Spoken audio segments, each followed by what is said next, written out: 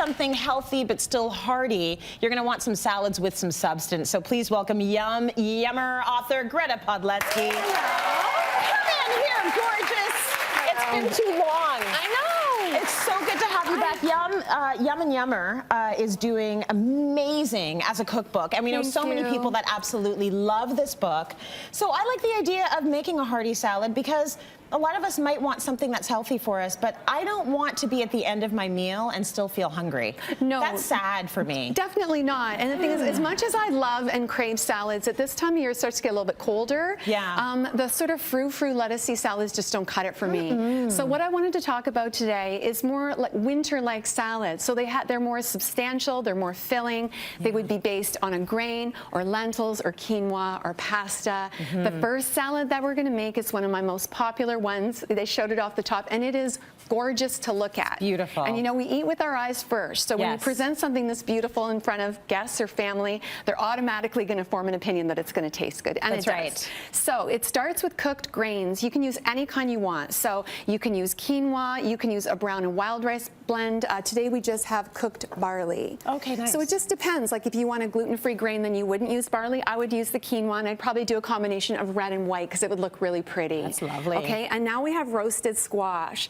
So I cut these into little dices, 20 minutes on a baking sheet with a little bit of olive oil and to get those little browned bits on it. And a lot of people say, oh, I don't really like squash. I think that's because they had sort of the steamed or boiled and mashed, kind of whipped, flavorless. Yes. But when you roast it, it turns it into vegetable candy, I'm telling you. It's sweet. Exactly. And the caramelized bits are really important. And when I serve butternut squash, let's say I'm not making a salad, I just want to make squash as a side dish, I do it like this. So I just cut the squash in half, brush it with olive oil and salt and pepper, and it goes in the oven 400 degrees for an hour. Okay. And it's just going to get all super caramelized like that. And then honestly, you could scoop it right out. It looks like orange sherbet when you do that. Yeah. You can just eat it, and it's super yummy.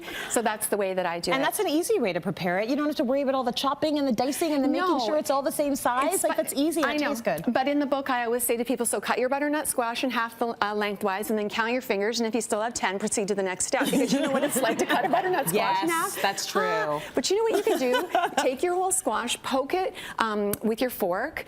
Before you cut it, put it in the microwave for about 90 seconds. What that's going to do is soften the skin. It isn't going to cook the squash, and then it's going to cut a lot more easily. That's smart. So the next ingredient that goes in our beautiful salad is pomegranate, which I kind of refer to as jewelry for food. It's so pretty. It's sparkly and pretty, and you know, even if you were feeling a little lazy and someone said, oh, just bring a salad, and you had, like, you know, the bag that you just cut open with all those random things in it.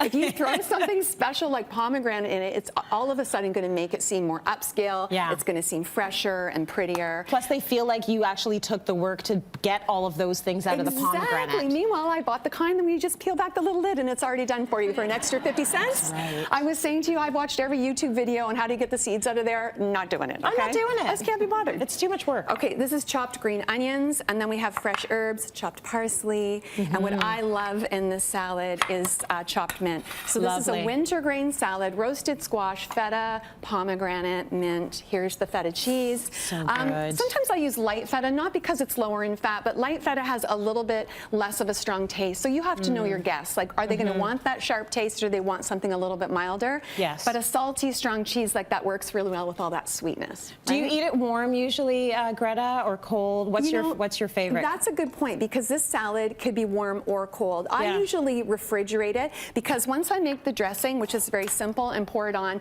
I like that the grain gets to absorb the dressing in the fridge for a while. But you can imagine something like this with roasted squash being hot and your grains being hot. You could just stir it all together and serve it as a warm side dish. I love that. That would be really nice too. So salad dressing, super simple. This is olive oil, lemon juice, and I use white balsamic vinegar. So why wouldn't I use dark? Because it's going to stain my salad. I don't want a brown dressing here. I'm going to put it on all this beautiful salad here, and then it's going to really make it dull. Got it. Okay, a little bit of Dijon, just a drop of honey or maple syrup, not to make it sweet, but just to cut a little bit of the tartness from my lemon and vinegar. And then the ingredient that's really important for this salad is grated orange zest. So there's already some in there, but do you know you can freeze zest? A lot of people don't know, Oh, yeah? and they need zest for recipes. So if you're buying oranges or lemons or limes for the juice, zest it first. Put the zest in a little baggie and put it in the freezer, and then you always have zest for when you need it. When do you use it? Baked goods all the time. All a little the bit of lemon time. zest, sometimes in pancakes, carrot cake. I like Greek yogurt in the morning mixed with honey and orange zest. Ooh. It's a really good combo, and then you could put fruit or granola on it. Yes. So I'm just going to whisk together the dressing, and Pour on it it goes. and mix it in.